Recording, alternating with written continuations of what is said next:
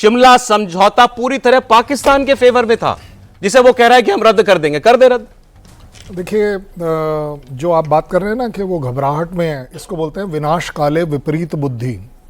अब अपने आप को डैमेज करने के लिए, क्योंकि वैसे भी मैं आपको बता दूं कि मैं बहुत ज़्यादा फ़ैन नहीं हूं कि पाकिस्तान के जो लीडर्स हैं वो एक्चुअली लीडर्स हैं, वो लीडर्स नहीं हैं, वो अपॉइंटेड लीडर्स हैं पाकिस्तान आर्मी द्वारा। इनकी काबिलियत पूरे पाकिस्तान को पता है, सभी को पता है, इन्हें खुद भी पता है, लेकिन इन्हें बोलना इसलिए पड़ रहा है क्योंकि ये इनकी इस समय मजबूरी है।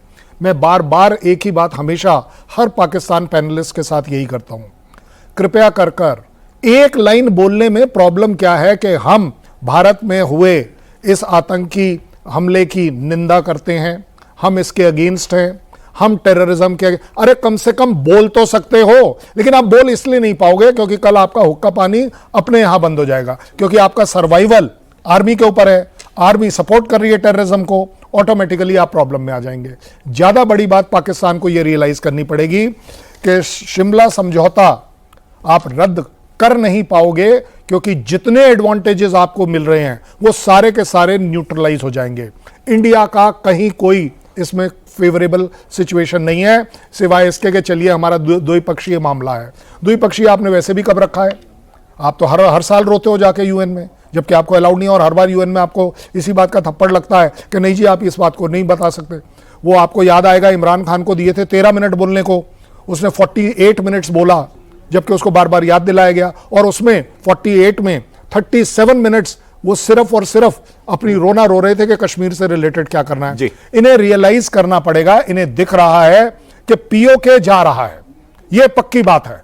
किस तरह जाएगा आप देंगे नहीं देंगे, आपकी आर्मी उसे डिफेंड नहीं तो ये शिमला समझौता रद्द करने की बात करके तो इनवाइट कर रहा है कि आओ पीओके में आओ प्लीज इंडियन आर्मी। वो इसी को बोलते हैं ना, इसी को बोलते हैं कि विनाश काले विपरीत बुद्धि। भाई शिमला समझौता हुआ भारत पाकिस्तान के बीच युद्ध रुका 1971 का, हमने तुम्हारे 90,000 लोग वापस किए, और उसके बाद सीज फायर लाइन को बनाया लाइन ऑफ कंट्रोल, तुम इधर देखो हम इधर देखेंगे, खत्म कर दो इंडिया, हम फ्री हैं, फिर उसके बाद हमें जो करना है हम करेंगे। सर ये मतलब है ना। अभी देखिए ऐसा है, जो जैसे हम हमारे पैनल चर्चा कर रहे हैं, इसको बोलते हैं विपरीत बुद्धि। जिस आदमी को यही नहीं पता कि शिमला समझौते में फायदा किसको हुआ, फायदा हुआ पाकिस्तान को और हमको हुआ नुकसान।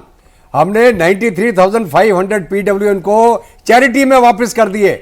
हम उस समय एक डॉटेड लाइन पे से साइन कराते कि ये J&K आप भूल जाइए, हर एक घर का एक मेंबर हमारे कब्जे में था। यहाँ हम उनको वो वॉर क्राइम के चार्जेस लगा के मगध में चलाते, उनको बांग्लादेश को हैंड ओवर करते, उनको वो चौराहे में टांगते, वहां फांसी देते उनको, और इसीलिए ये इससे सरेंडर किया था इंडियन आर्मी को कि साहब आप हमारी जान बचा लीजिए।